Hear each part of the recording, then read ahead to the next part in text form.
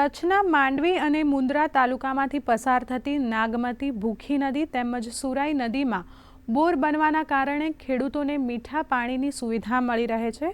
ભુજપુર ગામની નજીક દરિયો હોવાથી લોકોને ખેતીલાયક અને પીવાલાયક પાણીની અછત રહેતી હતી। ત્યારે જિંદાલ, અદાણી ફાઉન્ડેશન, ટાટા ફાઉન્ડેશન અને કચ્છ મિત્ર ટ્રસ્ટ દ્વારા CSR ફંડની સહાયને પગલે બોર થવાથી 300 ફૂટે પાણી મળે છે અને બીજા ગામના બોરના તળ પણ ઊંચા આવ્યા છે।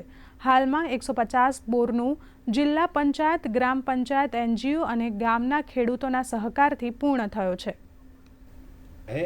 वहाँ पर हमारे एक सदस्य श्री है, उन्होंने लीड लेके पूरे तहसील में जल संचय का मतलब बोर बनाने का काम एक मिशन के मोड पर उन्होंने हाथ पे लिया था और काफ़ी करीब उन्होंने इरिगेशन डिपार्टमेंट और NGO दोनों को साथ में रखते हुए मुंद्रा तालुका में करीब 125 से भी ज़्यादा जल संचय के हिसाब के लिए नए बोर रिचार्ज करवाए और नए बोर बनवाए। तो मैं समझता हूँ ये एक अच्छा काम हुआ है।